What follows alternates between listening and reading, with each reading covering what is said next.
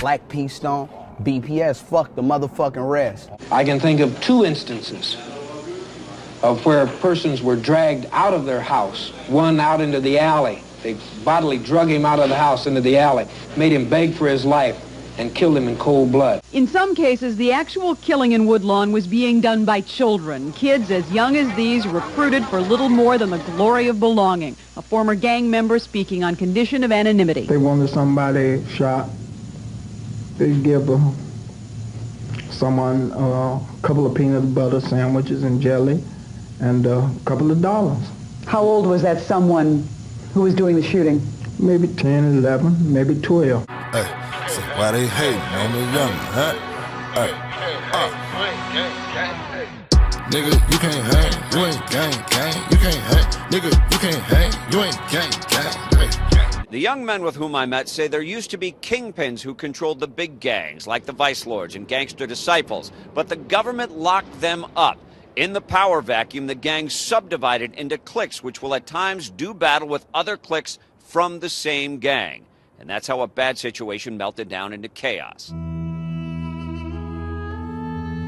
He lived in a building called Big Red, a red brick building at 6536 South Blackstone Avenue, right near the corner where the Blackstone Rangers organization was born. What up, Five? Now, during the early 1960s, Fort he earned the nickname for Angel for his ability to solve disputes and form alliances between Rangers and other gangs. By the mid-1960s, Fort assembled a coalition of 21 gangs with about 5,000 members. He organized a coalition under a governing body called the Main 21, composed of 21 gang leaders or generals. And there's not going to be no killing without killing, gentlemen, with all due respect. Definitely not going to be any killing without killing, you know. And I would like that to be clear for the record. I understand the fact that we got police in here. I wanted you to be here. Fuck the police coming straight from the underground. Jeff Fort took control of one of Chicago's most infamous street organizations and changed its name to one that denoted peace, prosperity, people, and power. That group, the Black P Stone Nation, then spread out across the country, even to Los Angeles. Baby fast, you don't go get a nigga.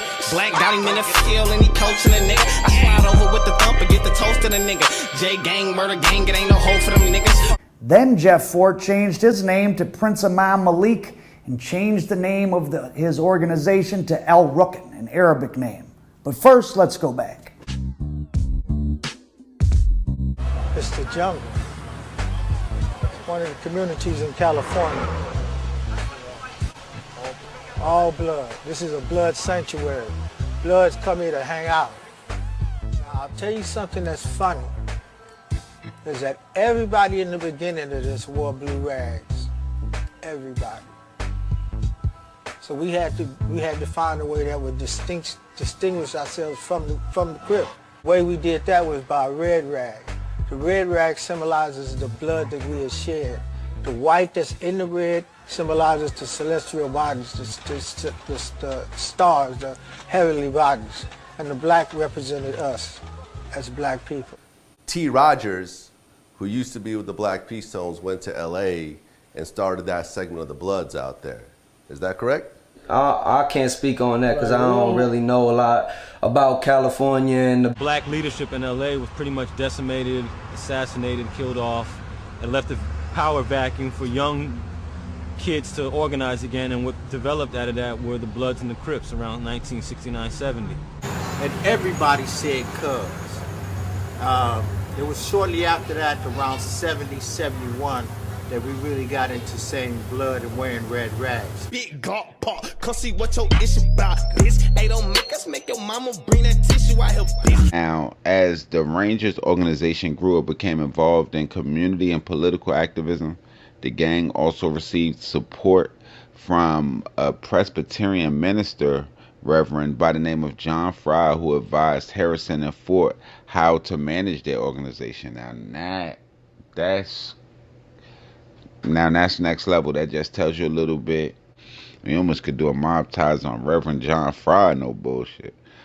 John Fry, meanwhile, would argue the gangs were not the problem in Woodlawn, society was. I think that it is really society that is killing black people. 1969, I was indicted for murder. I'm Leonard Sengale, spokesman for the Black Peace Stone Nation.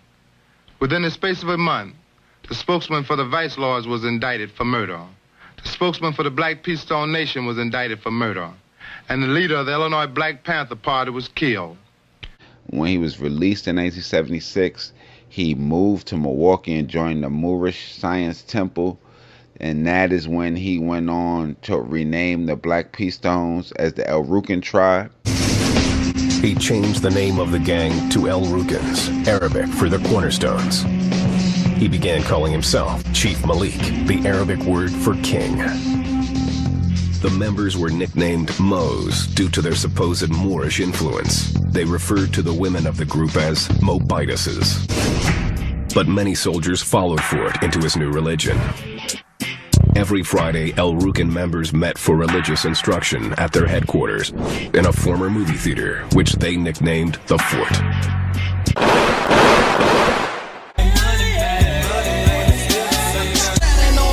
Straight slang and rocks. Oh shit, here comes a motherfucking cop. They kept crack out, I'll say that for them. Crack was everywhere except in Chicago until Fort went down. And he wouldn't allow no crack to come in none of his neighborhoods? You smoke crack, you get regular, you get beat down. Ain't nobody gonna never smoke crack here. We ain't no crack babies. Man, I need something, man. I need a 20, man. And what you got, man? I got this rope chain, man. Man, this shit look like a gold on the road shit. In 1987, when this young man was 40, he was sentenced to 80 years in prison as the first man in the U.S. to be convicted of terrorism and is still in prison today. It's getting to be a real sick problem with people that's constantly trying to use us as some political football. Agents of Muammar Gaddafi were negotiating with El Rukins to kill Americans on U.S. soil. In return for $2.5 million in cash, gang members would carry out terrorist attacks on command, including shooting a commercial airliner out of the sky. Chief Malik is not a terrorist. He been cool with Gaddafi. Gaddafi always been cool with Moors over here. He always been giving money to Moors over here. You know what I'm saying? And when I was growing up, the Bloods in the jungles always knew karate real good. That's because the chief sent Moors over there to learn it in Libya, and they brought it back over here. Unconfirmed reports about Gaddafi being captured. Unconfirmed. Yeah, we've had too many. We've had a bunch of those before. We've had, have had him captured a couple of times. Blood-stained fighters became instant heroes, brandishing the dictator's golden pistol. We came, we saw, he died. Chief Malik was the most powerful Moor in North America. Muammar Gaddafi was the most powerful Moor in Africa. Chief Malik was building the military. Muammar Gaddafi was building banks all around Africa.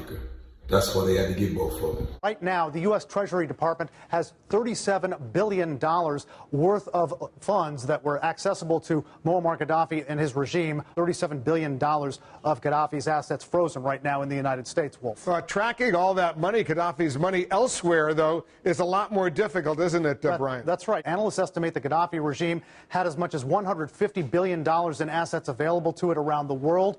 All these black stones, black. All these black stones, black. All these black stones.